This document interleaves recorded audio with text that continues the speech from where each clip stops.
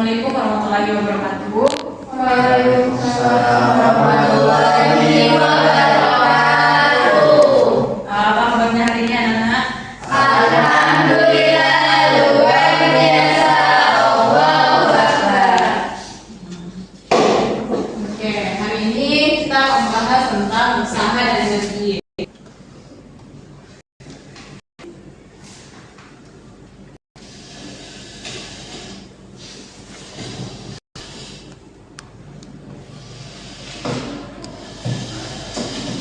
Nah, jadi usaha itu adalah didefinisikan sebagai energi yang disalurkan oleh daya sebuah benda sehingga benda tersebut mengalami perpindahan atau perubahan posisi. 3.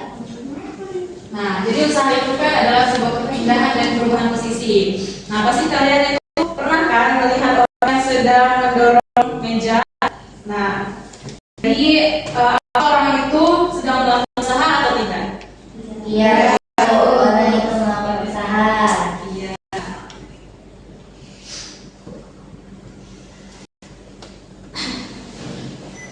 Nah, seperti yang Ibu jelaskan tadi, syarat terjadinya usaha itu harus adanya gaya dan juga harus adanya sebuah perpindahan. Nah, di sini ada contoh-contoh usaha. Yang pertama itu ada ketika memang ingin mendorong gerobak atau mendorong sepeda dan mendorong kursi roda. Mereka melakukan usaha ketika pendorongan.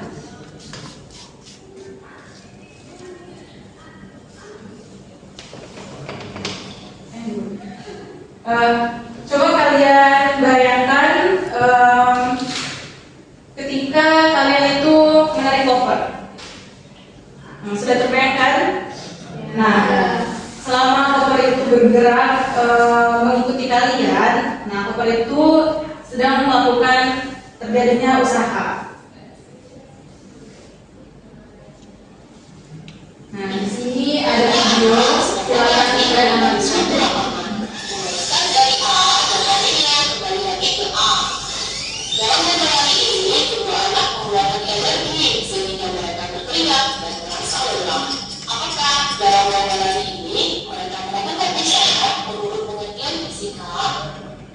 Nah, menurut kalian di video ini dua anak ini sudah melakukan usaha atau belum? Saya, Bu. Ya, silakan. Ibu, karena tidak ada perpindahan titik awalnya. Iya, video tadi kan dijelaskan. Mereka kembali dari titik A. Nah, terus mereka itu kembali dari titik A, jadi mereka itu tidak memiliki perubahan.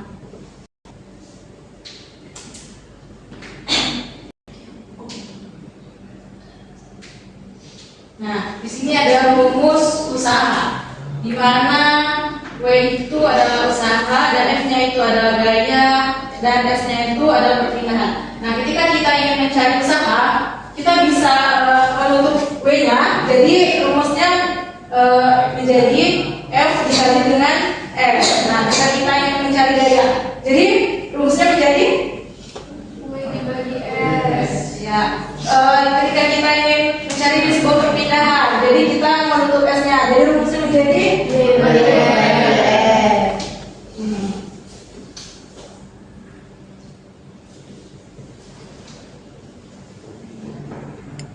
Nah, di sini ada jenis-jenis usaha. Yang pertama itu ada usaha positif. Nah, usaha positif ini bisa bernilai positif ketika gaya bekerja searah dengan perpindahan benda. Contohnya itu ketika kita mendorong sebuah mobil. Nah, ketika kita mendorong sebuah mobil, mobilnya itu bergerak maju.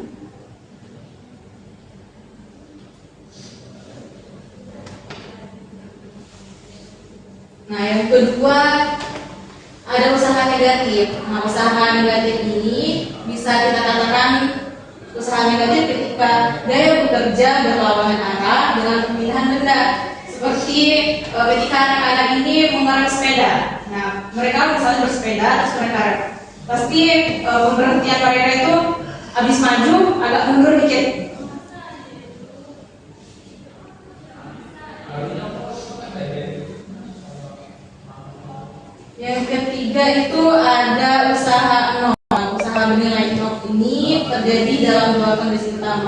Gempama tidak ada perpindahan, benda tidak bergerak meskipun gaya sudah bekerja sekuat tenaga.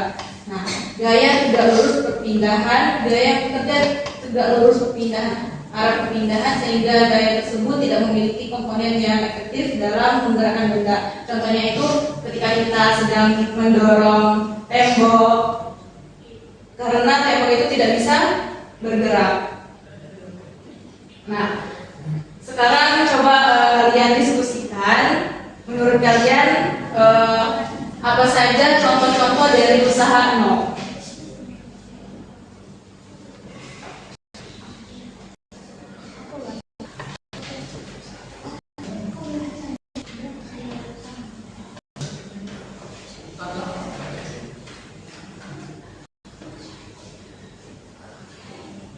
Siapa yang ingin menjawab?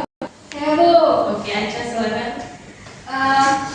Usaha nol itu contohnya mendorong dinding, mendorong lemari yang besar Bu. Kan lemari besar itu tidak bisa bergerak Bu. Iya benar, bagus. Silakan tepuk tangan untuk Aisyah.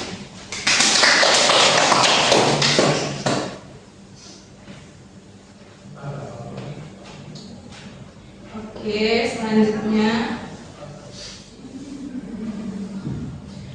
kita membahas energi.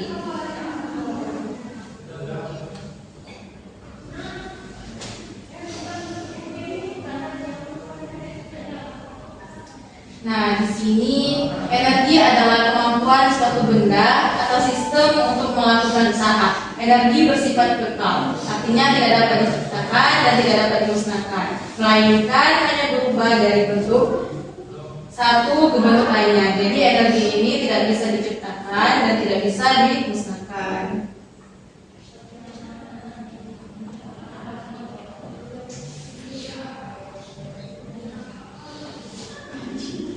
Di sini ada beberapa energi. Yang pertama itu energi kinetik. Energi kinetik ini dimiliki oleh benda karena gerakannya. Semakin cepat benda bergerak, maka semakin besar energi kinetiknya. Nah, biasanya energi kinetik ini kita bisa menggunakan rumus 1/2 mv², di mana m-nya itu massa benda dengan satuan kilogram dan v-nya itu kecepatan benda dengan satuan meter per sekon.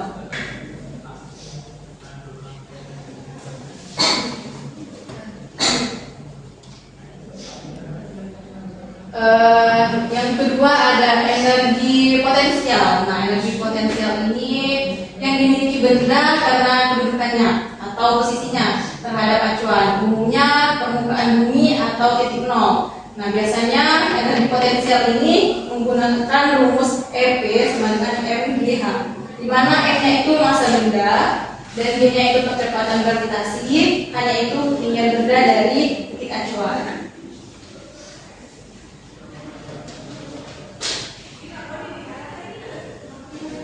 Nah, yang